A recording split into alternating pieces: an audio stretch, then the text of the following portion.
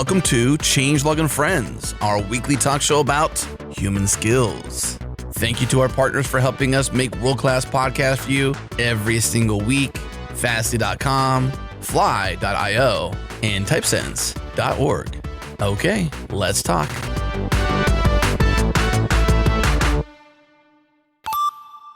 Well, we're here with our old friend, KBall. What's up, man? Hey, good to be on the show. I've never been on a full Changelog episode, I don't think, or maybe one. Oh my goodness. But I'm excited to be on something else besides JS Party. Well, we're excited to have you on something else besides JS Party, although you haven't been partying with us much recently. I have not. Well, I started a new gig, and there's like standing all company meetings at our old recording slot. So folks have been talking about moving around and having some Friday recordings, which is great. I was on a show just recently that we recorded on a Friday. But yeah, our old slot has become suddenly challenging. That happens to folks. That happened to Michael Rogers as well, where he's just like, every Thursday is booked in my entire life. I'm like, I guess you're off the show then, because that's when we record JS Party. Mm-hmm. And we were doing it live for a very long time. And we finally realized this is a constraint that's optional. And we could actually remove that constraint and provide a lot more flexibility for everybody and still share the link with our JS Party channel. So we're live to just our friends inside of the Changelog Slack, but not on YouTube. And that's actually been kind of a nice change, and it's allowing you at least to get on the pod every once in a while versus never. I'm trying to think of when you were on the Changelog, Kevin. I don't recall. I might not have been. I feel like I was on... Maybe like an All Things Open thing. So you guys met at All Things Open. Yeah, 2017. That never showed. I know that. Oh. What did we talk about? Oh, we talked about Foundation, I think. I was there giving a talk on Foundation. Yeah, exactly. Yeah. Foundation. Zerb Foundation. Yeah, I worked there for a while. So yes, you did. Now Wow. I'm scanning. How come you never shipped that, Adam? Was he that big of a dud or just... Well, I think... Like all conferences, we limit what we put out from there. Yeah. I don't remember, honestly. I think that was actually the proving ground of us going to conferences and how to do it. Well, I think it was just you. I wasn't even there. Yeah, I went solo to All Things Open, enjoyed it. I don't know. I can't remember that far back to know for sure the specifics of why. I feel like you told me. Now, whether this is accurate or not, you told me you lost it. Oh, no. You lost the interview. No way. Did I say that? I don't know. I mean, I feel like I heard that somewhere. It was probably in a Slack channel, and Slack expires now. But so I cannot verify, but can neither confirm nor deny. Well, we don't usually lose stuff. Okay, editor's note here. We don't lose anything. Okay, sometimes we do lose audio, but I know we did not lose this. So this was a surprise to me. So I had to go back into our archives and pull out a clip from the unaired first conversation with KBall at All Things Open. So here's the opener, just about 30 seconds or so from that conversation. Zerbians like their nickname, so I had that nickname before. Zerbians. That's my online moniker, so I kind of got ahead of it and didn't let them pick a nickname. Nice. I was like, I go by KBall too, so if you want it. Nice. Well, I go by Stack or Stacks or Adam Stack or Adam. Yeah. Thank you for being patient, though. So I'm going to do a quick sound check and kind of give you some instructions on proximity. You got it. But it's based on your voice because everybody has a different sounding voice, different loudness or whatever. You're a professional. You So tell me what to do. I'm about here. This is what works for me. So we do have some live listeners. I'm not sure how many live listeners we actually have, but a huge fan of Foundation. We've talked about Foundation on the podcast. I think the last one we talked about was Foundation 5. Very possible. So Yep. what version are we at now? We're at 6. We actually just released 6.2.4. Okay. So we released 6 about a year ago. And I don't mind saying it was actually a little bit of a flubbed release. There was we rewrote the entire code base for a couple of different reasons, to build accessibility in from the ground up and rework how we were doing some stuff. Sort of the legacy of the framework had... I mean, it can happen, especially maybe at your first conference. Did you ship anything from that conference? Because I can't remember an episode from All Things Open that I wasn't part of. Well, that's when we were doing Spotlight. And so we weren't putting things onto the Changelog from conferences. We thought, for whatever reason, that content didn't belong on our main channel, Jared. We were weird people back then, okay? We made strange choices. We went to conferences and we put that conference conversation on Spotlight, a whole separate show that had much less listeners. And that's what we did. So I'm trying to remember exactly like why. I know that there was Anna is her first name, but I can't recall her last name. I can easily pull up changelog.com/spotlight and jog my memory, because that's where all the content went from that engagement. So Anna Derbakova, we're talking about blockchain and Hyperledger. I think we only shipped one thing from that conference, and that was it. We must have lost everything else. Spotlight number 4. Either that or we were all that bad. Honestly, I mean, that was December 2016 when we shipped that. So I think if we went around that range in our feed, we'd see potentially something else on the changelog, and I just don't know for sure. So barring that, and I was just scanning, so there were 2 crossover episodes y'all did where you pulled content from JS Party into Changelog that I was on. State of the log. I guess we're breaking new ground here. Via crossover, you've been a participant in this podcast. There you go. Well, now you're here, and now you're our sole focus. I mean, we're just here to talk to you. Yeah. Oh, my goodness. All right. You've had all of 17 minutes to prepare your thoughts. I thought, of course, we should talk about human skills, because this has been a focus of yours over the last few years, one that I kind of watched congeal to a certain extent into a formalized thing. Hey, I'm still holding out. Maybe we'll partner on something in that too, Okay, well, tell us about this and give us the old partner pitch. All right, here we go. So, big picture, this is something I've been interested in for a while. It's something I've been starting to bring in, pieces of to JS Party, which is really this idea of like, what are all the non-technical skills that factor into success in the tech industry? And we see this with engineers a lot, right? Folks, kind of your first couple positions, junior, mid-level, maybe even into senior, you're riding entirely on your technical skills. And then at some point, those skills, you kind of tap out, where it's like, the skills that got you there are no longer what are going to determine your success. They're table stakes. It's not to say they're not important anymore. Your technical skills are still important, but they're not enough to keep advancing or keep having more impact, or however you want to measure yourself. And so there's a whole swath of skills, from personal effectiveness to one-on-one interpersonal effectiveness to one-to-many interpersonal effectiveness, that drive your impact from there out. And that might be like, how do I manage my own emotions? That might be, how do I have a hard conversation with somebody? It might be, how do I bring along a cross-functional partner and try to get something to happen there? But there's a whole bunch of different things. So as I said, I've brought some of that content into JS Party, but for a while I've been noodling on, could we do a podcast specifically focused on this, specifically focused on all the non-technical things that go into success in tech? And we were talking about this a little bit last year, but this was also like tech crash and recession and whatever. And so, y'all didn't have the bandwidth. And I said, well, F it. I had at that point left my previous job for other reasons, but I was like, I have a bunch of bandwidth. I'm going to see if I can get this thing off the ground. And had this idea of wanting to not just do another long form interview podcast, because like, as much as I love talking with you all and interviewing people, like there's so many of those. And so I wanted to see if could I do something that's a little bit more kind of topic focused. Each episode would have a topic, cut in pieces from multiple interviews. But it turns out if you want to do that, you need a whole bunch of interviews up front to make that happen. And so I started going and interviewing people and stumbled on why people ship long form interview podcasts, because it takes a lot less editing to ship those interviews, and there's good stuff in there. Right. So since roughly the beginning of this year, I've been shipping interviews with people, leaders in technology, about non-technical skills that go into success. And I've been shipping those interviews on YouTube and doing a little Substack newsletter that like summarizes them. Now, I am still holding out that someday I'm going to pull these things together into an edited form of the podcast. But since I started a new job a little over a month ago, the timeline on that has slipped out far enough that I'm waiting for y'all to come back around and say, hey, maybe we could do something together again. The ball is in our court, Adam. Wow. He's just teasing out some content and just waiting for us to, to bite on that content. It's a hard pitch right here, Jared. I mean, we'll see, right? I could do a trailer for y'all. I've been doing these interviews. I have shipped at this point 25 of these interviews, all in the order of an hour long. And I think at this point, I probably have enough content to slice together for an episode or like a season, right? So like maybe 12 episodes or something like that. But there's enough scatter that I don't know how much beyond that. But I don't know. We'll see. Right now I'm super busy with other stuff. So I'm just kind of keeping the interview train going and building up this content library. And eventually it'll turn into something a little bit more edited. Gotcha. Where would you find it on YouTube? Let me see if it actually shows up in search. Human skills. Oh, it's called Human Skills?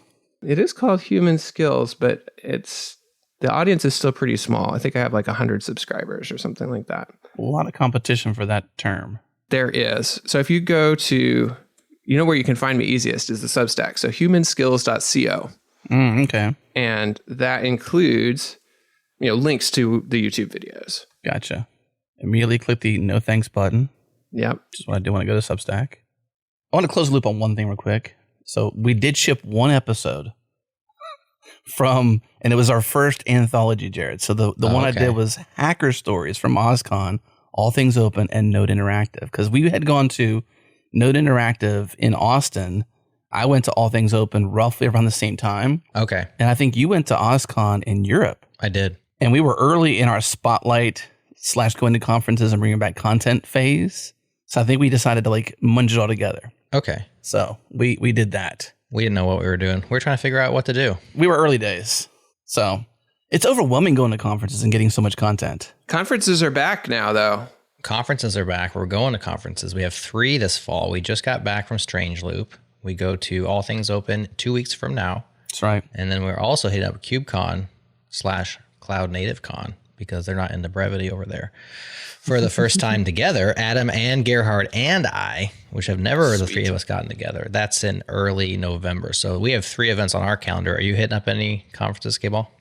So I'm going as just an attendee to Lead Dev West Coast. I'm talking with the folks at Plato about doing some sort of interviews or something at Elevate, which is another engineering leadership style conf. Mm-hmm. We're trying to figure out what that might look like. I'd love to get back on the road to JS conferences and doing interviews or live panels or other things there. Yeah, conferences are back in full force, and it's fun, and it's irreplaceable to just be with people talking about these things non-digitally. It's really cool.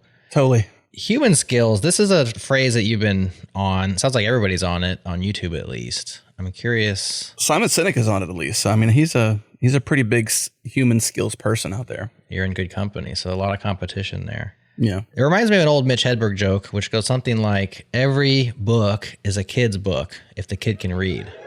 Every book is a children's book if the kid can read. And that makes me think about human skills, because aren't all skills human skills if the humans are humans? Yeah. So I'm pushing this as a phrase because I think the sort of nomenclature of hard skills and soft skills has set us back. And the words that we use shape the way that we think about things.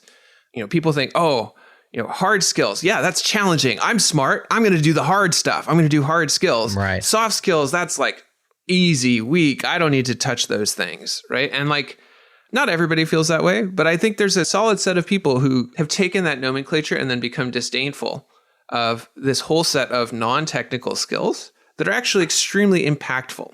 The other part of that is soft makes people think fuzzy. It makes people think undefined, where there are often very definite tactics and concrete things that you can learn that will increase your effectiveness and your impact. And so I've been for a while trying to push, instead of talking about hard skills and soft skills, let's actually call them what they are, right? One set of skills is technical skills, skills for dealing with technology and technical problems. And one set of skills is human skills, things for dealing with humans. And those humans might be ourselves, or they might be other people out there. But, there's nothing hard or soft about one or the other. It's really about what is the domain that these skills are relevant for. Mm. That hard and soft divide, I think, is very real. And I had a boss who I appreciate in many ways. He's passed on now. And he used to always say he very much valued engineering and hard technical problems.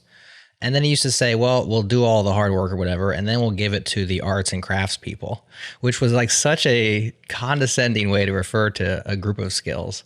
And that was more like design versus dev thing, which is very much a divide and has ire on either side for reasons of lack of human skills and tribalism to a certain extent over the years. And I would always like raise my hand as the engineer who's like, hey, it's not like arts and crafts are lesser. You know, I mean, first of all, that term makes it sound like it's something that children do in their free time at school or something. But unfortunate that there's this divide between hard and soft just in our heads that is like leftover baggage from, I would say, the past, but maybe even the present. And I do think that the words matter. And I think human skills is a better way of framing it, and one that I've adopted just from talking with you. I usually call them soft skills. And, you know, I know what that means to me, and I don't think it's a bad thing to be a soft skill, but I think that a human skill tells a better story. What is the actual definition of soft skill and hard skill? Like, what does it truly mean, and how have we conflated to mean something else? Yeah. So as I understand it, it actually came out of an old military sort of training regime. And they said hard skills literally meaning technical skills. I don't know why they chose the word hard for that, but hard skills meaning like rigid and interacting with technical things. And soft skills was everything else. Just a useful distinction that turns into, I guess, more connotation than denotation over time. Yeah. I mean, I think technical skills is a useful connotation. And if you want to call it hard skills, like I don't, in theory, have a problem with that, but I've seen the downstream impacts of how people then take those words and shift them, right? Like if we were really able to say, okay, they said hard skills and they were just using that as a bucket. So let me divorce in my head how I think about hard and the other ways that's used in language from just this is defining that bucket. And similarly soft, okay, that's just defining this other bucket, then there's no problem.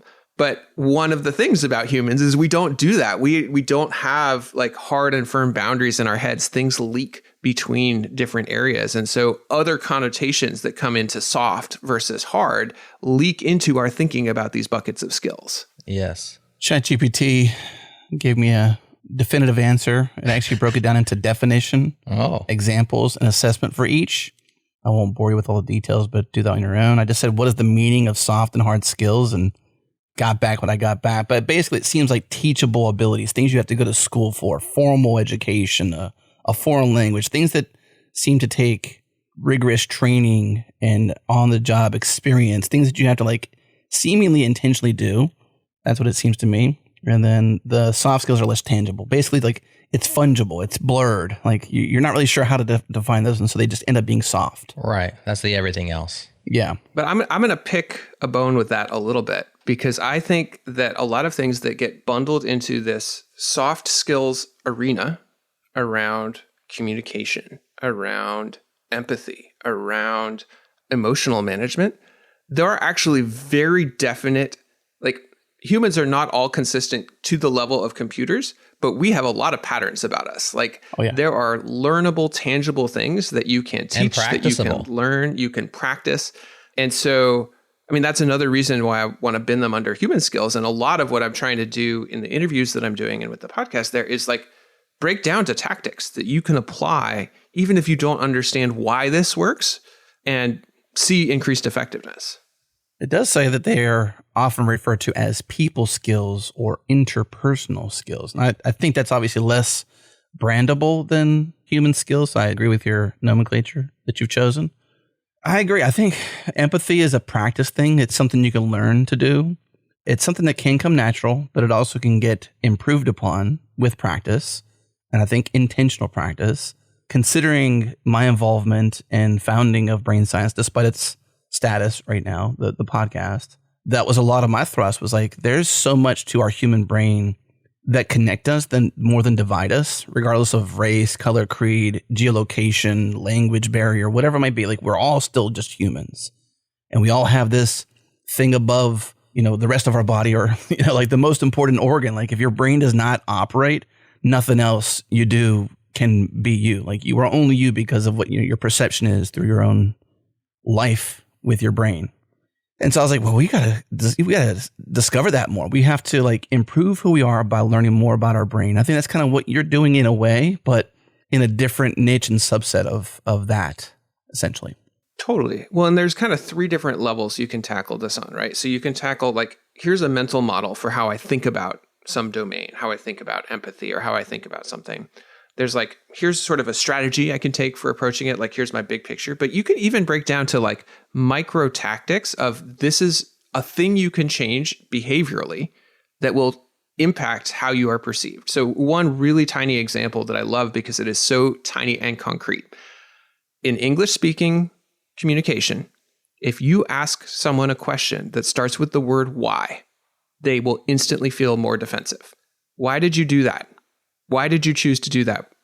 Instantly, you're like, oh, I got to defend my choice. Mm-hmm. If you change your phraseology to say, what were you thinking that led you to do that? It's immediately perceived as more neutral, even though the information that I am asking for is exactly the same. And so if you can systematically remove why from your vocabulary when you're asking questions, and then you can like in a targeted way reintroduce it when you want to have a little bit of that impact or make this a little more cutting. But if you can just make that tiny tactical shift, it will instantly make the people that you are asking questions of feel less defensive, which will usually result in you getting better answers. For sure. Yeah. It's we talked about mindset a lot too. There's a certain, you have a superpower in your choice. So your choice is your individual superpower, and your choice to change your phraseology, so to speak, whenever you speak to people is part of that superpower you have. Mindset, I think, is a big thing. Brings to mind Jocko Willink's thing where he says good. So if you have a bad thing happen to you, he's like, rather than, think about the negative of it, he says, you broke your leg, good. What's the positive from that? I'm paraphrasing his bigger thing, but you got to run 2 miles, good. One of my direct subordinates, one of my guys that worked for me, he would call me up or pull me aside with some major problem, some issue that was going on. And he'd say, boss, we got this and that and the other thing. And I'd look at him and I'd say, good. And finally one day he was telling me about some issue that he was having, some problem. And he said, I already know what you're going to say. And I said, well, what am I going to say? He said, you're going to say good. He said, that's what you always say. When something is wrong and going bad, you always just look at me and say, good. And I said, well, yeah. When things are going bad, there's going to be some good that's going to come from it. Didn't get the new high-speed gear we wanted? Good. Didn't get promoted? Good. More time to get better. Oh, mission got canceled? Good. We can focus on another one. Didn't get funded. Didn't get the job you wanted.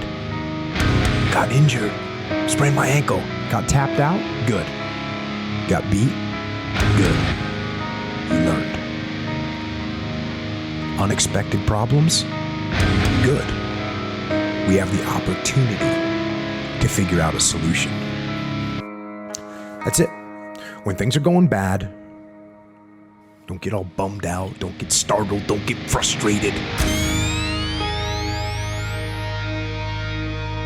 If you can say the word good, guess what? It means you're still alive. It means you're still breathing. And if you're still breathing, well then hell, you still got some fight left in you. So get up, dust off, reload, recalibrate, re-engage, and go out on the attack.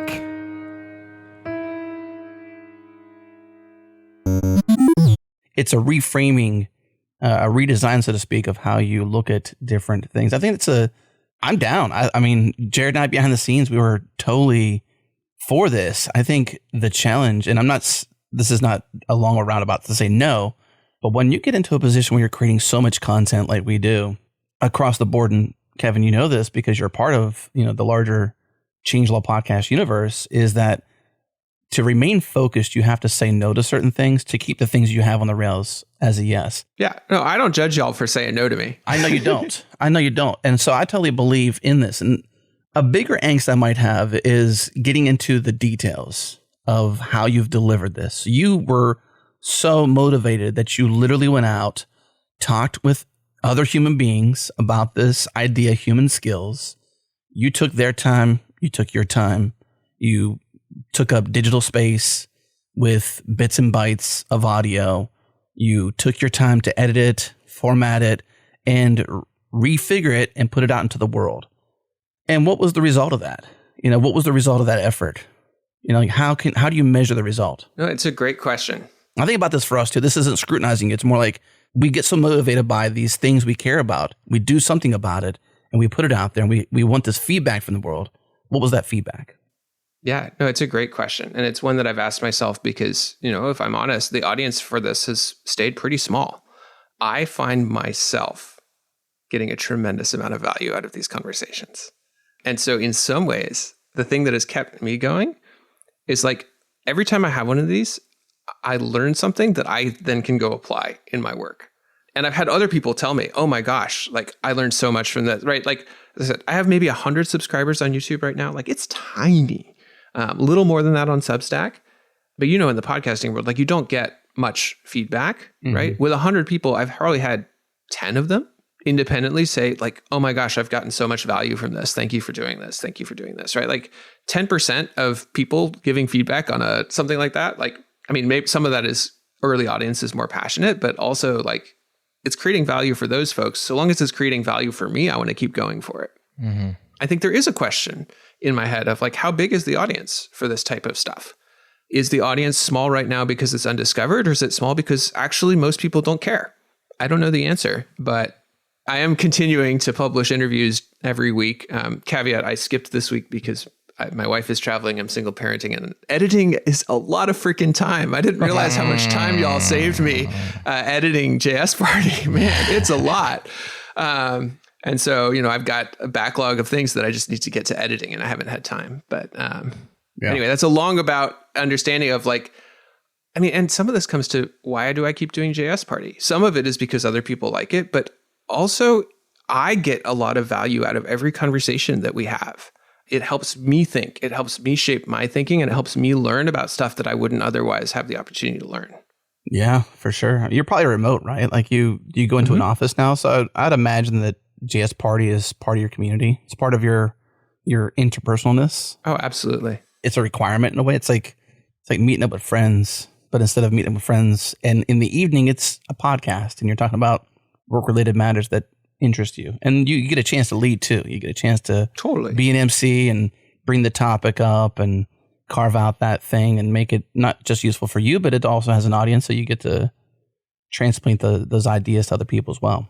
Absolutely. No, podcasting is one of the most fun things I do every week. Yeah. And certainly the most fun thing I do that can be called work. Amen to that.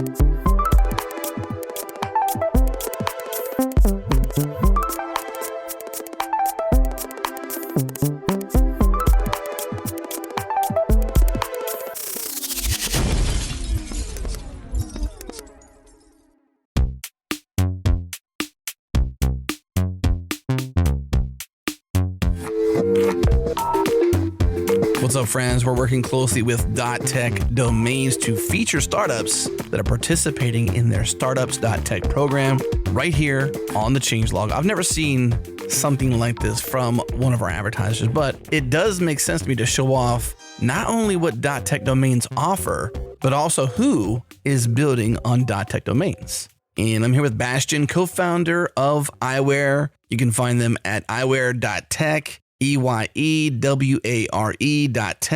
where they build AI-powered webcam eye tracking software used by AMD, Microsoft, and even Intel. Bastian, give me the backstory. What does eyewear do? We're a deep tech spin-off, computer vision and AI spin-off from a Swiss research lab.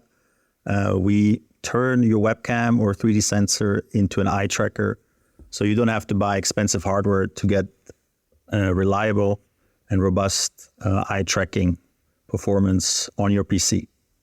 So we have two main products. One is the GazeSense SDK, which is an eye tracking SDK that companies like AMD have used in collaboration with us to build, for example, the AMD Privacy View app that is now part of the Radiant software driver suite.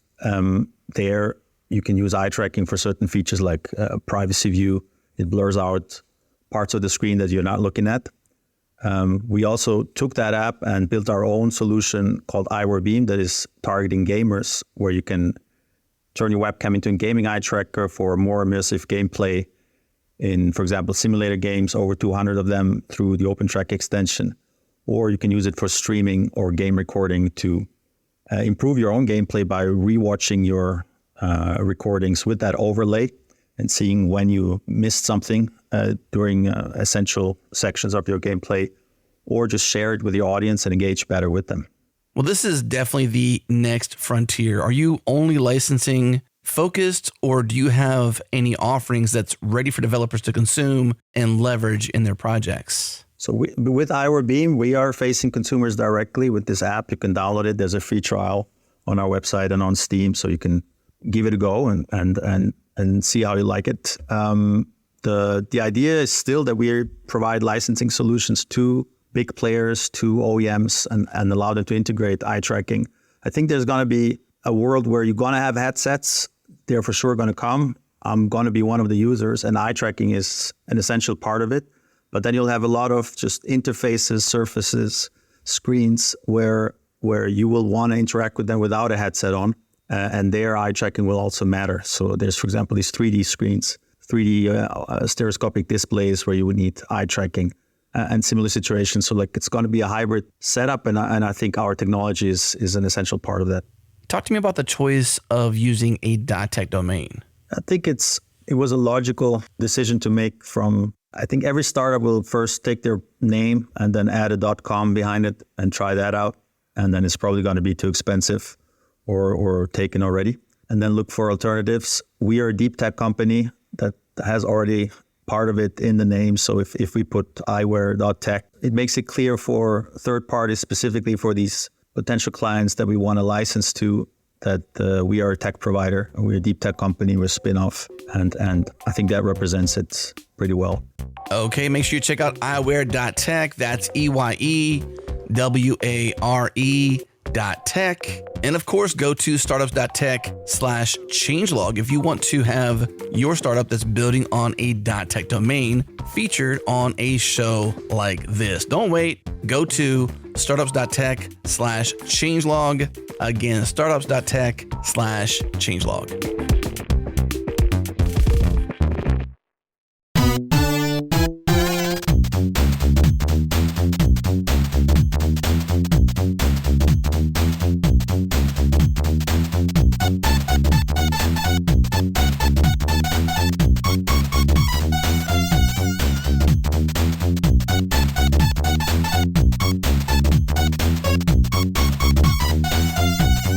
I wonder if it's a packaging thing.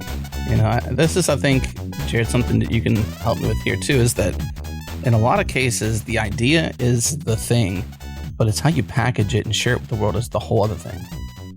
We have long form content through some, brainpower of Jared, primarily clips form in the world, and they go out on YouTube and Twitter and other places. And in some cases, not even, a show that he's on or I'm on, it's Practical AI. And you've got this person on there that speaks of, patenting or trademarking, a billion whatevers. And with music, that whole one, Jared, like it's blown up. Like that clip was less than 2 minutes on Practical AI. It was about, tell the story, Jared, of this one, because I'm butchering the specifics, but it blew up. It transcended our audience and went to mainstream in many places. It was in Reddit. It was on TikTok. It was on, Instagram, and a lot of places where they're just like commenting back and forth about the subject matter. And I think packaging is a big part of helping your content live. It's how do you package it? How do you deliver it to the world? And because we don't have a lot of time when we're first beginning to learn how to create content and deliver it and edit it and package it, we sort of take some perceived easy roads because we don't want to build the infrastructure for it or whatever it might be.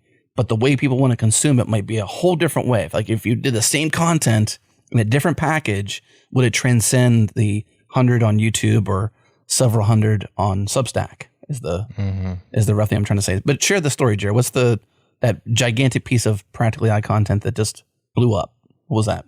So we had a clip from Damien Reel, who's a programmer / lawyer. So anybody who operates at such intersections has a high chance of being interesting or having an interesting thing to say or having done. And he told the story of the time that he and a friend decided to brute force the creation of 471 billion melodies, write them to disk, copyright them, and then submit them as evidence as prior art in IP legal cases. And that changed the landscape of intellectual property in our US court systems, because everybody could refer to this as prior art and win when they previously would lose, being sued for copying certain melodies and stuff. He tells it much better than I do. He tells it in 60 seconds with a nice rhythm to the way he speaks. He's done TED Talks, so this is a guy who's told that particular story many times and can tell it very compellingly. And has crafted the way to tell it. And he told it in a way that has a twist ending, because this entire time you're thinking this guy's an evil villain because he's a lawyer who copyrighted a bunch of stuff, and you're thinking, and then he sued everybody into oblivion, because that's what lawyers do. And no, he took it all and put it in the public domain. And so at the last minute, you have a reveal, which was very compelling and made everybody want to share that because their mind was blown. Plus, certain people in the comments didn't listen to the whole thing, so they still think he's a villain. And then they were getting arguments in the comments about, you don't actually even watch the whole clip, you didn't pay attention, blah, blah, blah. Which, of course, then surfaces it to more people because, controversy is how you make things go. Yeah, exactly. So then the controversy, I ended up having to delete a few. I became a moderator suddenly because two particular people just descended into not just name calling, but like really, really nasty name calling. And so I just was like, this is ridiculous. It's the scale of the internet, law of large numbers and all that. So the packaging was there, interesting. It crossed multiple thresholds. It was both musical, it was intellectual property, it was programming. It wasn't actually AI, but it was on a show called Practical AI. That was part of the argument. It's like, this isn't AI. They just brute forced it. It's like, of course it wasn't. But anyways. Like so much of what gets called AI sometimes. Yeah. So that was that clip. And that's a situation where you can retrofit all the reasons why it was compelling, which I have kind of just done for you all. But also, it's the internet, baby. You just never know what's going to happen. Like sometimes a thing blows up and the algorithms love you, and you can't possibly reproduce that even if you try. Totally. Well, and, in my head, there's a phrase that I love from back when I was a startup co-founder, which was, you work hard so you can get lucky. Right. You show up every day, you ship stuff, and someday you'll get lucky, you'll get that flash. I think you're right, Adam, about packaging. And like right now, I frankly don't have the time to experiment with it. I've had in the back of my head, like, do I pay somebody to come in and experiment with this and do things with it? Do I partner with somebody? But also, I'm getting so much value from just having the conversations for me right now that it doesn't feel urgent. Like, it doesn't feel like it's a problem that I have to solve right at this moment. I'm having these great conversations. I'm building this library of content and continuing to ship every week. Mm-hmm. And when I have bandwidth or funding or whatever to like invest in exploring more packaging, maybe I'll do that. Well, on the other hand, a blog post that I have never written, but I titled and think about writing, is called "The Changelog Has Never Gone Viral." And it's not me complaining about the fact that we've never gone viral, but like our podcast, The Changelog, which has been around for 14 years now, we've had shows that are more popular, shows that are less popular. We've had blog posts and stuff that make it to Hacker News. We've had clips that go viral. That one's Practical AI, so The Changelog still hasn't done that. But throughout all these years, I mean, we haven't had our viral moment, Adam. I mean, we never will. Yeah. We just kind of slow and steady it, and we just keep putting out what we think is good content. We hope is good content, and it is what it is. I mean, I think that should be an encouragement. Of course, it does mean that you sometimes have to play the long game. Like the question is, how long do you continue? When do you stop? And if you're getting intrinsic value yourself, KBall, you have to judge that. You can also measure impact in a couple of different ways, breadth and depth. And so you're demonstrating depth of impact with your human skills conversations because the number of people you're reaching them in a deep way, a way that it reaches them enough that they will tell you. Mm-hmm. And that's actually a pretty high threshold because most people will just listen to your show and never talk to you your entire life until you see them at a conference and they're like, I've been listening to you for years. And you're like, how come you never told me before? you know? Yeah. No, absolutely. So the people that do tell you, it means that there's a few different kinds of people, of course. Some people just tend to be more communicative on the internet. And so they're the kind of person who will email you. But then there's also the fact that like you helped them enough that they felt compelled to email you. And that's depth of impact. So if you can get both breadth and depth going, now you have a hit. But if you have one or the other, I guess I personally would take depth over breadth myself. Yeah. Even though numbers games appeal to our dopamine things, you guys can probably help me with the brain science on that. But that could keep you going until you just slow and steady build up a base. I mean, that's what we have done. We've never had a viral moment with the changelog. We've had, I think the very first time we had the React team on the changelog years and years ago, I think that show did probably outperform like double the shows around it. It was a very successful episode, but not like you see with, YouTube, TikTok, Instagram kind of virality.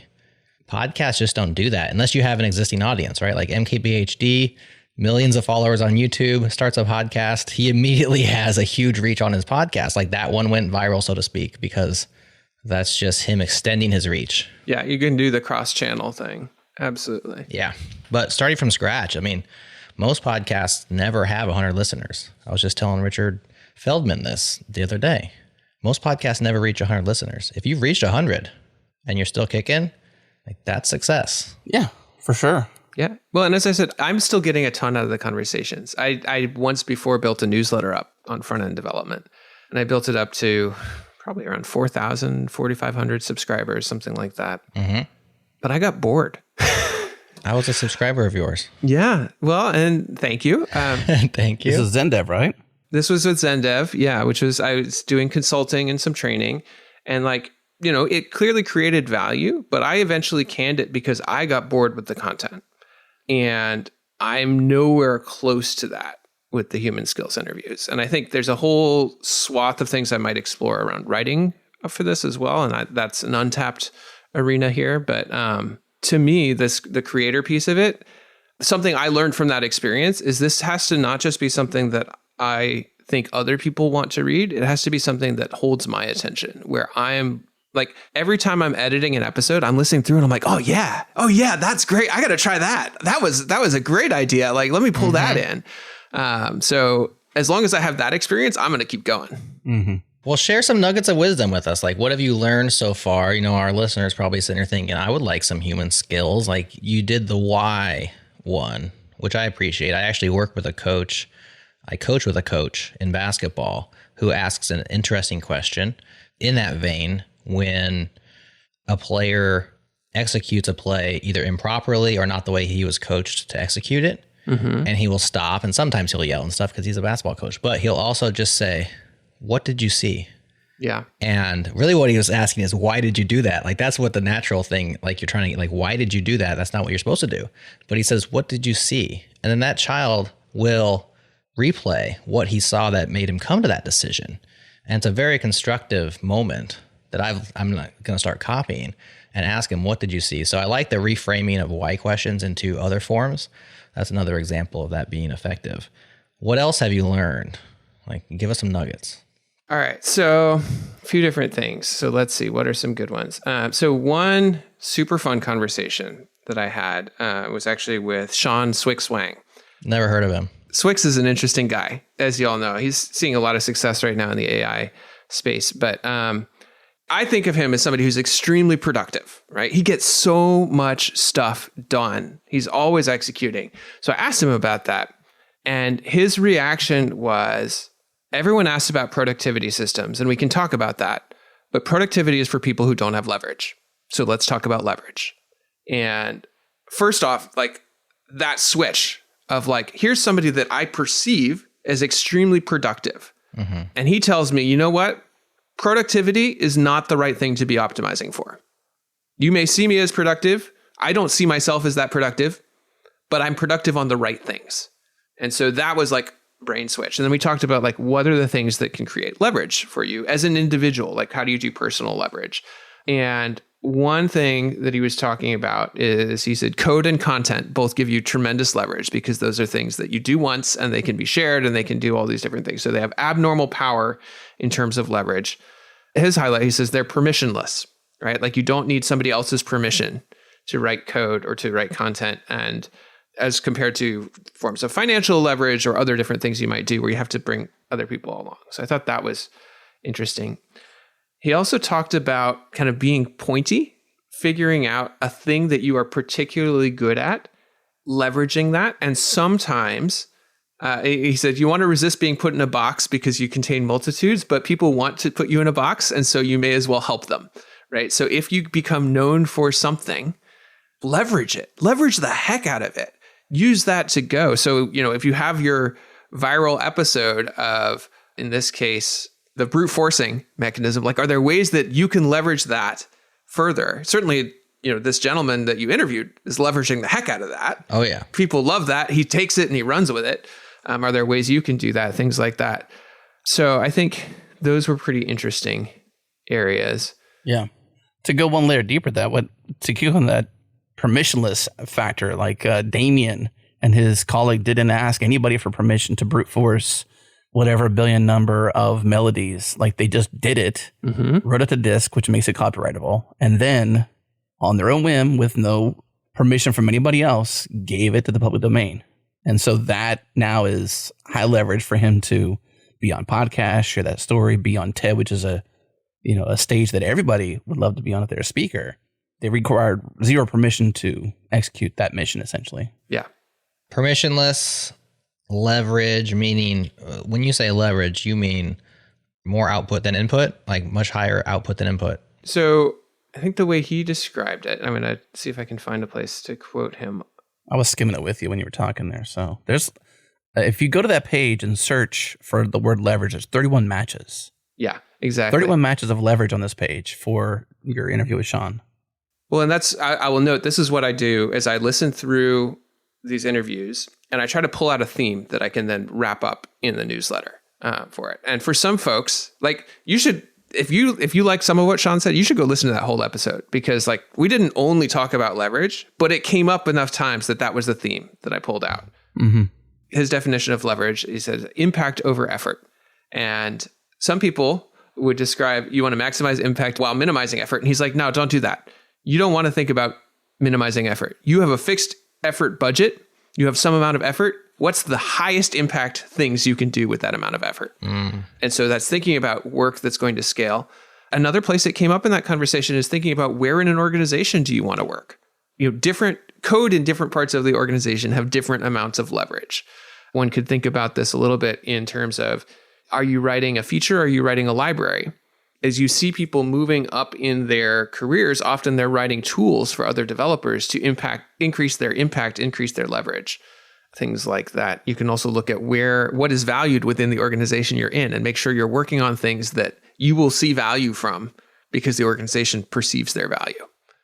So that's like front office versus back office kind of distinction, where you're, the people who are generating the revenue, their perceived value is higher than the people who are reducing the costs, right? Like the two levers that software can pull in any organization is increase revenue, reduce costs. Yep.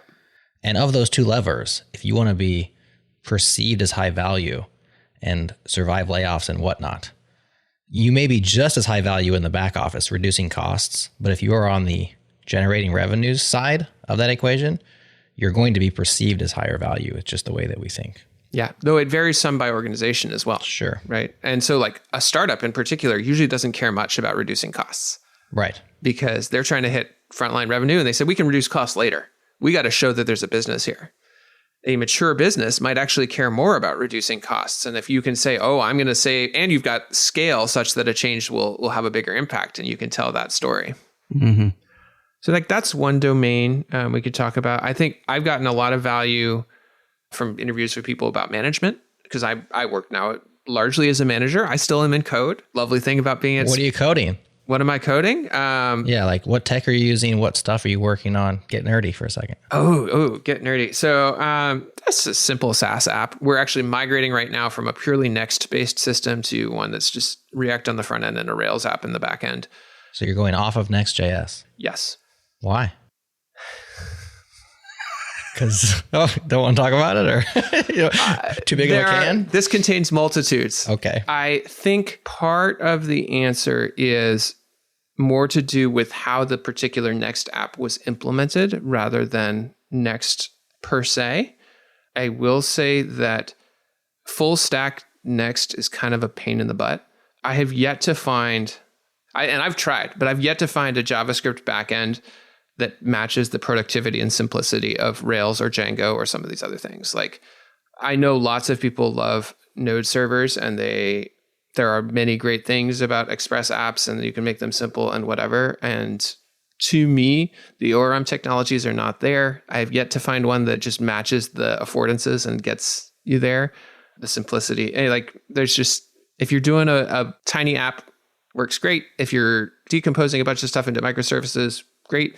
If you're doing a SaaS app that's pretty straightforward and you want a monolith, it's nice to have a little bit more scaffolding and supports and a best in class ORM. And I have yet to find a JavaScript ORM that I would call best in class. We'll leave it right there. This sounds like a good upcoming JS Party episode where we can dive deeper into those details. But you were trying to go somewhere else and I derailed you, so we can move on from that. I mean, no, it's all good. I mean, we can go into that. I still am looking for good JavaScript ORMs. We had an episode on our ORMs with Stephen Haberman. I'm blanking on his name. Tell us what was wrong with his ORM, KBall. You didn't like it. No, I did like it. I'm just trying to get you to... It was getting me part of the way to what I am used to with Active Record, but not all of the way. And it's young and there's rough edges, and they're working on it and they're iterating on it, but it's a small team working on it. And so I don't want to say that there's no innovation happening in the JavaScript ORM space. There absolutely is. I'm at a startup where the business innovation is not the technology side. I just want something that gets me there faster. That episode called The Ormazing Show. And it was amazing. And it was great. We dove really deep into some of the cool stuff they do with that ORM. And it is awesome. And there's some things around sort of speed and parallelization and the ability to do things that are really, really cool. It works async out of the box in a way that Active Record doesn't. However, as a developer where I don't need all those optimizations and I'm just purely optimizing for productivity and, having all these different things, it's not quite as easy. Fair enough. Well, you're trying to drive towards more human skills. You're talking about some of the stuff that you're working on. I'm curious if you picked up anything on communication, because I think it was our episode with Chris Brando recently, Adam, where we talked about the difficulty of engineers, I want to say explaining themselves, but really advocating for their positions and their decisions. Specifically, he was talking about how to justify a refactor or the difficulty of talking about technical debt when you're trying to define things in numerical terms. And I think I said to him, communicating is hard. And I was about to qualify it and I just stopped because I realized that's just a true sentence. Yeah. And it's sometimes especially hard for engineers. And so have you learned any communication? Because I think that in terms of leverage, I think if software developers can be better communicators, then they're that takes you to the stratosphere, doesn't it? Yeah. So there's a few episodes that went pretty deep on communication in different ways. So a couple that I will point to. One was with my good friend Bradford Foltz. I worked with Bradford 15 years ago, and we're still regularly in touch. He's just a wonderful guy. Has risen up in leadership, so he's now doing an independent consulting thing. But before that, he was leading an engineering org with a couple hundred people in it. We talked a lot about communication, and one of the things that he really talked about was kind of having in mind when you go into a conversation, who is the person you're talking to? What tools do they have? What levers do they have? What do they care about? What does success look for them? I mean, fundamentally, it's about empathy, right? Starting from a place of, I forget who said it, but somebody else I interviewed said it, your job, I think it was Leah Kistner said this, your job is not to say your thing. Your job is to say whatever it takes to get the other person to understand your thing. And that, I think, is where a lot of engineers fall down, because we want to say our thing and we say it in the terms that matter to us, right? We need to refactor this because it's terrible and it's causing all these bugs and whatever, right? But if we're talking to a business stakeholder, we need to say what we're trying to say in a way that matches what they care about. So maybe they care about revenue and customer renewals. And you can say, hey, our systems as they are right now are really hard to maintain, and they've got all this stuff going on in them that results in all of these bugs. And that's causing customers to not renew because they have a frustrating experience. My proposal is we invest a bunch of time to clean this up and rewrite it in a way that prevents or dramatically reduces those bugs from going out. And that we think that will impact customer renewals. Right. And so what we're doing there is we're framing the thing that we're talking about in terms of what the person we're talking to cares about. And that, I think, is the big, there's lots of pieces of that. And there's a how do I do that? How do I understand what this person cares about? Yeah. And honestly, the first step there is just to put in a little work, building a relationship, have a conversation with them before you have to sell them on something. Understand, who is this person? What are their challenges? What are their frustrations? One of the things that I suggest to engineers all the time is if you're interacting with customer success or someone else and you interact with them in a ticket and you have never spoken to them face to face, reach out to them and be like, hey, we were just interacting in this ticket and I realized we don't even know each other. Can we set up 30 minutes for a coffee date and just get to know each other a little bit? Because if you don't have in your head, who is this person and what do they care about, it's almost impossible to effectively communicate with them. And over time, you can build up kind of categories that will be less perfect than if you know this person in particular, but you can know, okay, people who work in customer success usually care about this set of things. People who work in sales usually care about this other set of things. And so you can kind of use that as a proxy if you don't have a pre-existing relationship. But to get that, you still need to build relationships with individuals in those positions.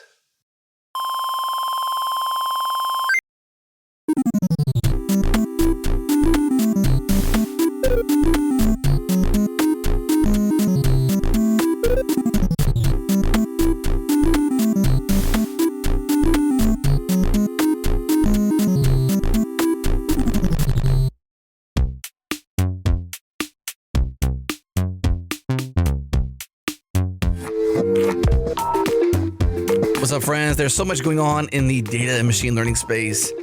It's just hard to keep up. Did you know that graph technology lets you connect the dots across your data and ground your LLM in actual knowledge? To learn about this new approach, don't miss Nodes on October 26th. At this free online conference, developers and data scientists from around the world will share how they use graph technology for everything from building intelligent apps and APIs to enhancing machine learning and improving data visualizations. There are 90 inspiring talks over 24 hours, so no matter where you're at in the world, you can attend live sessions. To register for this free conference, visit neo4j.com/nodes. That's NEO, the number 4j.com/nodes.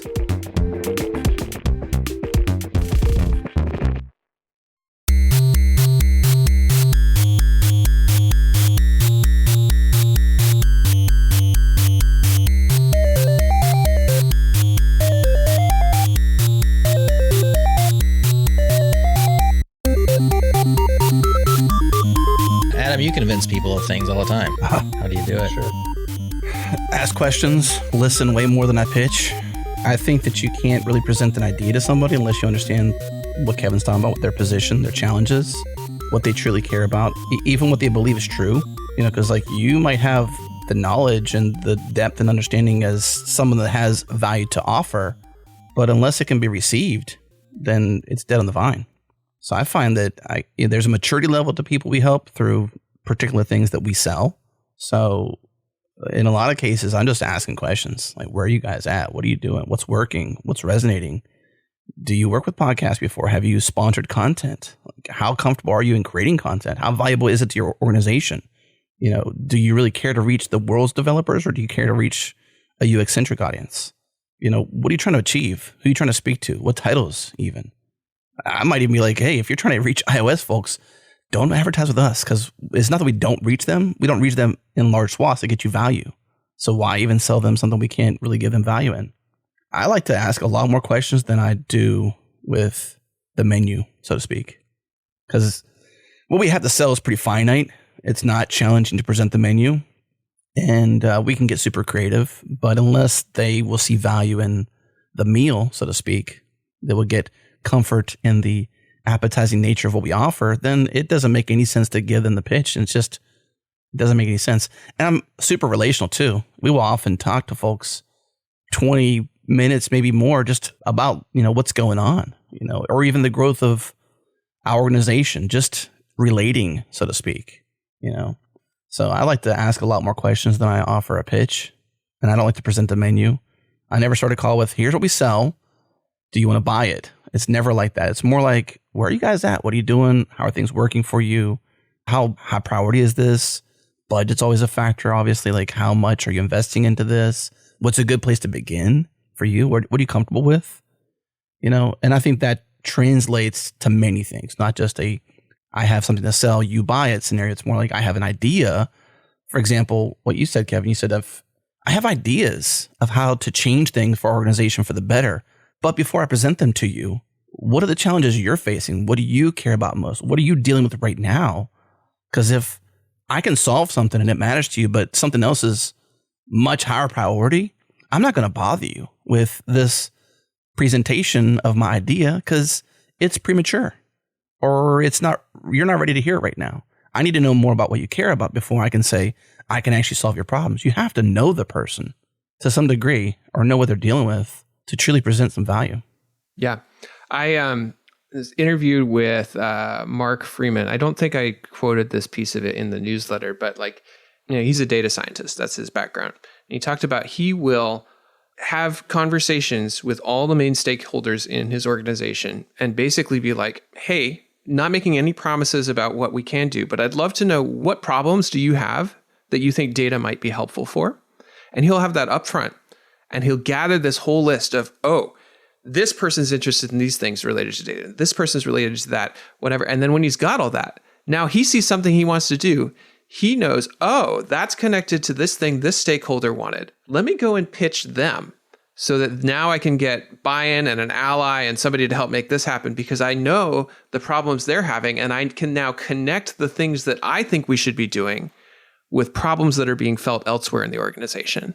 I think a lot of this really begins with being back to the human skills, being the best human. I think that's probably why you camped out there. I think there's a lot of just lack of emotional intelligence and even self-regulation and self-awareness to be the best human, to offer the best value for an organization. Like, I just think that's a norm in society. A lot of us live unhealthy lives in many respects, whether it's relationally, whether it's, exercise or health or food or sleep, like all these things. And then you've got like the news and the constant cycle of, negativity out there. I think we live in a very stormy atmosphere, at least here in the US, particularly. I think probably it's a global situation, but I can't speak globally because I'm not all the different places in the world. But I think that we deal with a lot of stuff to make it challenging to show up as the best version of us every single day.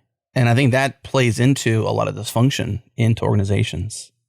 And so just having things that help people be better human beings, like reading certain books, or even with you, like Kevin, like you mentioned, like while you have not amassed an army of subscribers, you have amassed a lot of things that give you value in the product itself.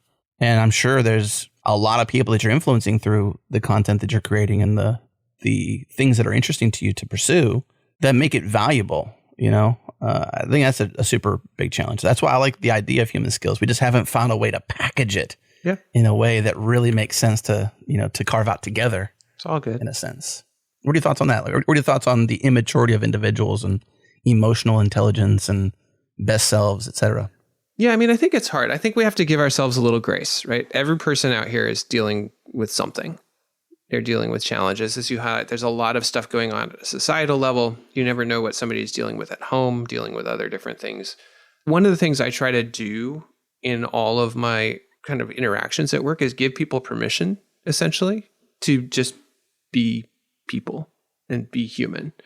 I remember I had a get to know you conversation at my last job with someone who was new there. And like, we just started going off on books. We were talking about books and it was fun. And like, we're talking about books we like and going, and we get 25 minutes in and she goes, oh my gosh, like we have 5 minutes left and we haven't talked about work at all. Like, is this, did we screw up? And I'm like, no, we didn't screw up. We're connecting as humans. This is great. Like what, that's okay. And I think especially in the like remote centric environment, we need to make explicit the work that goes into connections. And I think like, I honestly, I love a lot of things about remote work. I love not having a commute for one, but I love being able to work with people all over the world and have it not be a problem. But the challenge with remote work is a lot of the kind of natural relationship building that happened around the edges, if you're all co-located in an office, doesn't happen. And so if you want to create relationships as human beings, you need to go out of your way to make that happen. I do it by scheduling one-on-ones with random people, or not random people, but with everyone essentially. And like just putting in time and energy to that. As a manager, meetings are part of my job, so I can do a lot of that. If you're an engineer, maybe you do one of those a week where you're just like reaching out to somebody and you're like, hey, let's connect. Let's just talk about stuff and be humans together. There's lots of different ways you can do it. Some companies will have like, I've heard it called mandatory fun, right? Where it's like, oh, we're going to do this fun thing together. And like, there's pros and cons to that. But the underlying idea that relationships are a part of work, they're an important part of work, even if you are not a manager where relationships are explicitly part of your job. For engineers, having relationships at work, knowing the people that you are serving and interacting with will help you do your work. And so conceptualizing, part of my job is to make sure that I'm building at least some amount of relationship with my team and my stakeholders.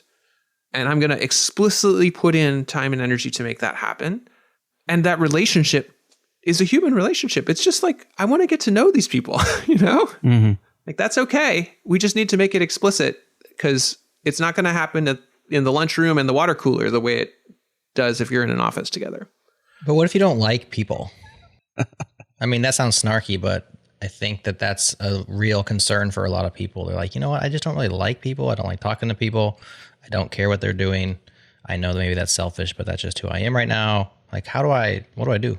Are you asking for a friend, Jared? It's very rare that somebody doesn't like anyone. I know a lot of engineers who don't like interacting with people who are not engineers. Right. But usually there's some engineers that they enjoy interacting with. If you don't enjoy anyone that you're working with, I would recommend trying to find a new job. Now, caveat, like not everybody can do that. You may be in a position you can't. You may, other different things. But like, honestly, you deserve to like the people that you work with. That's my opinion. You deserve, as a human being, to like your job and to like the people that you work with. And within the constraints that you have, for whatever they are, if that is not true, I think you should feel justified in looking for a new job. Or be required to. I halfway agree with that. Yeah. I agree that you should definitely feel justified in looking for a new job. I don't know about deserving to like the people. Like sometimes, I don't know. I guess it depends on what you mean by deserve. We could probably bike shed that. Probably not worth it. But definitely agree that if you don't like any of the people that you work with, logically, you should be probably searching for somewhere else to work.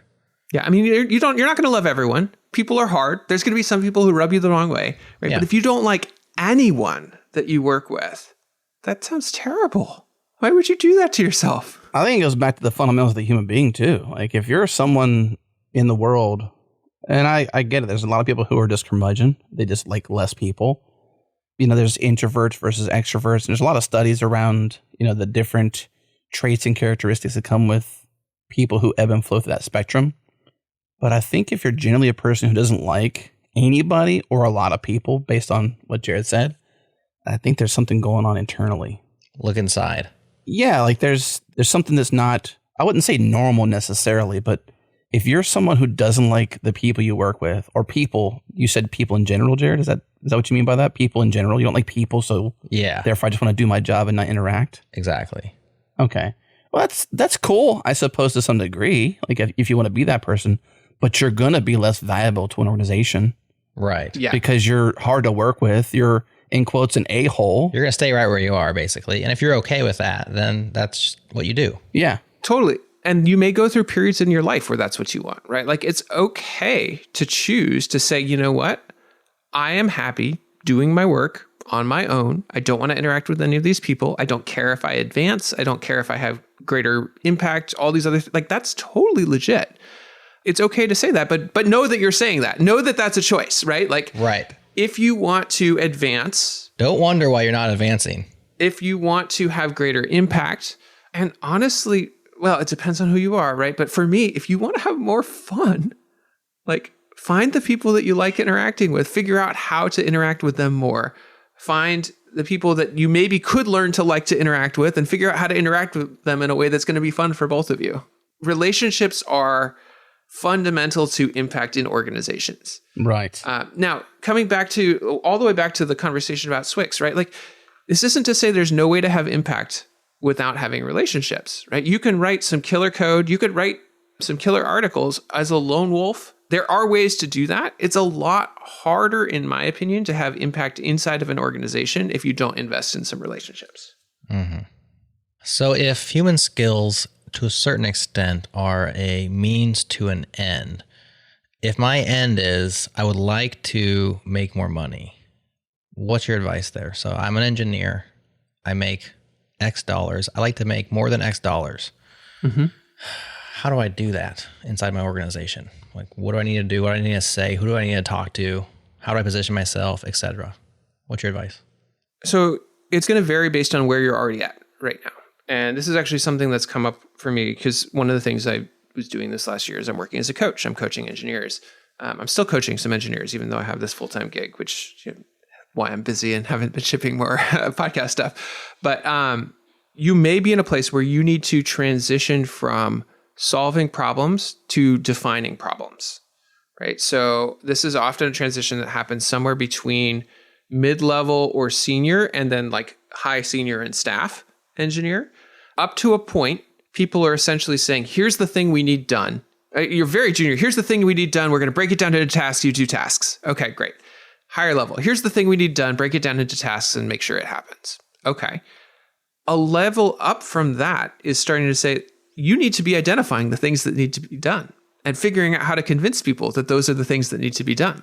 So some of the skills that go into that is just starting to observe where are the friction points? Where are things not working, whether it's on the product side or the team side or something else, and figuring out how to package together something to improve on that. And that packaging, you don't necessarily have to be the one who knows the answers, but you might be wrangling the people who know the answers where you're like, we keep having the bugs of this type. And they're impactful. They're causing us user problems. We're losing money, whatever. We need to solve that. I think if we get this really smart engineer and that really smart engineer in a room together, then they will make that happen. And you kind of bring that together and make that happen. Like that is increasing your impact, even if you're not the one solving the problem. And what you've done is you've identified the problem, you've labeled it and presented it to the organization. This is a thing we need to solve. And you've gotten together the people to make that happen. So that's kind of moving up the value hierarchy, and you can keep going. And there's you can look at these like job level charts, right? And they'll talk about these different things, and they talk about scope of impact. That's what you're trying to optimize at most organizations to move up the hierarchy, and that's moving up the hierarchy. Whether you're deciding to go into management or you're going up the hierarchy as an engineer, you're increasing the scope of your impact, and usually that involves moving from solving problems to identifying problems, moving from working on a single project to working across projects, moving from interacting with people on your team to interacting with people across teams or upwards in the organization. That's good advice right there. I think I'll take that. So if you're listening and you take that exact advice and then you make more money as an end result, maybe let us know. Changelog ++. Or subscribe to KBall Substack or something, Or just send me a thank you or a hello. You don't even have to send a thank you. Send a, hey, I heard you and it sounded cool. I appreciate you. Those go a long way. And if you really want this human skills project to be repackaged into tight, well-formed, musical, edited, amazing podcast episodes here on a Changelog podcast, definitely let us know, because maybe that would be a way of convincing Adam to turn that no into a yes. What do you think, Adam? I don't think it's my yes or no here, Jared. I think it's just, you know where we're at. You know where we're at. To give some credence to that, we've tried to reduce our footprint to some degree. by not producing so many podcasts. We went horizontal versus vertical. And I think this year we've seen many dividends be paid back to us in the feedback loop of just creating, because we've gone more vertical with the Changelog in particular. Like this show, Changelog Friends, like this show has given us some room to play, I would say, maybe room to wiggle a little bit. That isn't just, it has to be a serious interview, a finite project. It has to equal X amount of minutes. It gives us room to explore a bit. And I think the rhythm of Monday, Wednesday, Friday has really paid well to us. I think I'd be happy having you back here frequently on this show.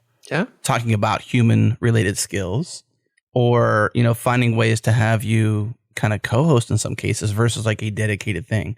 I think you're going to be better off to some degree on your own with your own Substack, maybe even a TikTok, where you're sort of like going, 1 to 2 minutes and you're pulling. I might be too old for TikTok. We got to see. I don't think so. Adam pushes everyone into TikTok. That's his move. I got to try it, actually. The most innovative content happening out there, in my opinion, the proving ground is happening in virality as well as consumability on TikTok. Like there is a lot of remix. I just think it's a proving ground for a lot of great things. It's not the only ground, but I think there is a lot of people on that platform and it's rewarding to those who can find ways to present certain things in a way that people want to consume them.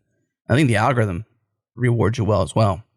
I think a hub and spoke, multifaceted approach is the right way. Maybe long form or clips on YouTube, maybe very personal things on TikTok. I think the newsletter is still, very great. I think you'll see some dividends be paid to you if you, like, even in this case here, you're exposing your idea to a larger audience. Like, do this again, but on a whole different podcast. Totally. Go on a little podcast sprint, mention your love for JS Party, of course, mention, your desire for being a better manager. You get to talk about the organization you're in. You get to share more thoughts around, your choice of Rails versus a React backend, et cetera, or a Node backend. You get to share all these different things, and then you get to also supplant some human skills in there as well. I think that, if you put a little more effort into that versus just the content itself. Now, keep in mind, you got a family, you got a full-time job. And so that you might be like, Adam, I'm not going to do that. I don't have time for it. And that's okay. Because sometimes we just create just to enjoy, not to go viral or to get big. Yeah.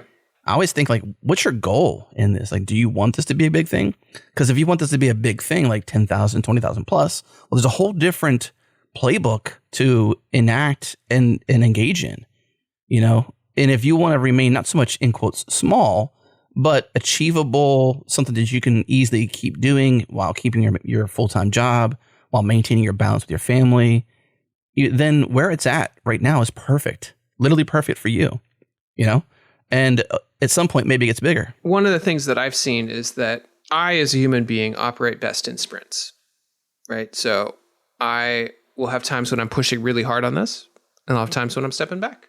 And it's just keeping the background publishing going, and sometimes we're pushing hard. But I mean, I love hanging out and talking with y'all. Yeah. I love going on and talking with other folks. And, as I said, I do this because I'm fascinated by it. There are so many layers to how we can do better as human beings interacting with human beings. And I love it. Well, thank you guys for having me on. This has been super fun. That felt like a bit of a wrap up, so I'm just jump on it. Like, this is super fun. Yeah, man, wrap it. See, you're a podcaster too. He's like, I can feel a wrap when I mean, we can keep going, but I can feel a wrap coming a mile away. No, wrap it up, KBall. Wrap it up for us. Well, and I will say, right, like, to your point, I feel like all of my interests are aligning at this point, right? So the new job is a platform for coaching, right?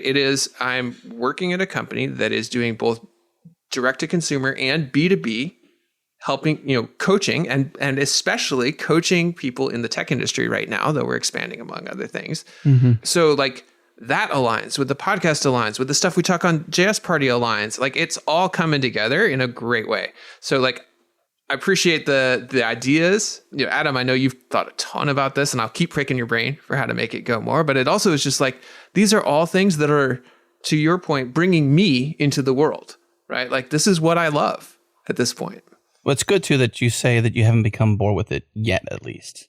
Because I mean, that's half the battle with like being a content creator, somebody who curates ideas, funnels them into a piece of content that's distributable, to not be bored with the thing itself. Because that's a sad place to be, really. It's not good. It's not good. Change it if you can. It's not good. So humanskills.co is where people can go to subscribe to the Substack. And that also has the YouTube videos in it as well, plus some pros from you and some quotes from the content, etc. Some deep dives. It seems to be about 40-ish minutes per interview. Is that roughly the rhythm? Yeah, typically I'm talking with folks for on the order of an hour, and then there's some editing. So, it ends up somewhere between 30 to 40 minutes, and a couple of them get close to an hour. I would encourage you to pull some of those clips out, personally narrate them, and share some of them on TikTok. Like 2 minutes, 3 minutes or less. All right.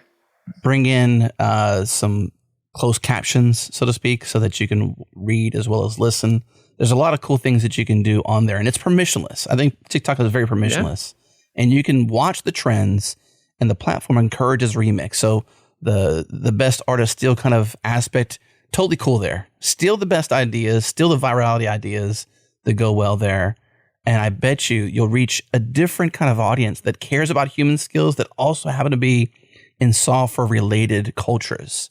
And I think that's kind of where you're at right now. You're kind of in a coaching, not just we're a dev environment only. We're sort of in a place where you do B2B, you do, direct to consumer, as you mentioned. You have a chance to be a manager and be a, somebody who coaches and educates. So I think that's a great place to be. But I would encourage you to check it out and do some play. All right. From your words to my brain, we'll see what happens. Yeah. And then come back and let us know how it worked out and see where it goes from there. What else, Jared? Is that it? Come tell us the story of your viral TikTok that you created. Yeah. Is that the show? This is the Friends? This is it? Right now, this moment? That's it. This is it. Okay. Bye, friends. Bye, y'all. Bye, KBall. Thanks, KBall. Human skills, tons of fun to talk about. Not always fun to implement because it's a little painful to be self-reflective and to be self-aware and to be emotionally regulated and all these fun things to show up as our best possible human being. But I encourage you to deeply think about Jocko Willink's good speech. I don't know what to call that thing, but I know that when I listen to it, I think that's a reframing I need to have when I'm negative, down, or just not in the right place mentally. I need to shift my mindset to the positive and not the negative. And I will often reference parts of that, if not all of it, to get back to good, to get back to thinking good, not the negative. So hopefully that helps you too. Something I want to mention here in the post show as we tail out the podcast is I did find the audio from Kevin and I's conversation way back at All Things Open. And by the way, to correct myself, it was All Things Open 2016, not 2017. For many years, I've had 2017 in my brain to that year, and it was 2016 all along. So if you want to hear the full-length episode, the full-length production, the conversation that Kevin and I had, we will edit it, and we will find a way to put it out as a bonus, either straight up as plus or something else. We don't know. I'm just throwing it out there. If you want that, say what's up in the comments, or in Slack, or on Twitter, or wherever. But thank you to our partners, Fastly, Fly, and TypeSense. Of course, the Beatsmaster in residence, Break Master Cylinder, bringing those awesome beats every single week. And we are announcing something fun on Monday, so pay attention on Monday. If you're not a subscriber of Changelog News, well, you got this podcast, so maybe you are. But if not, check out changelog.com/news and pay attention to Monday's edition. That's all I'm saying. That's it. The show's done. Bye, friends.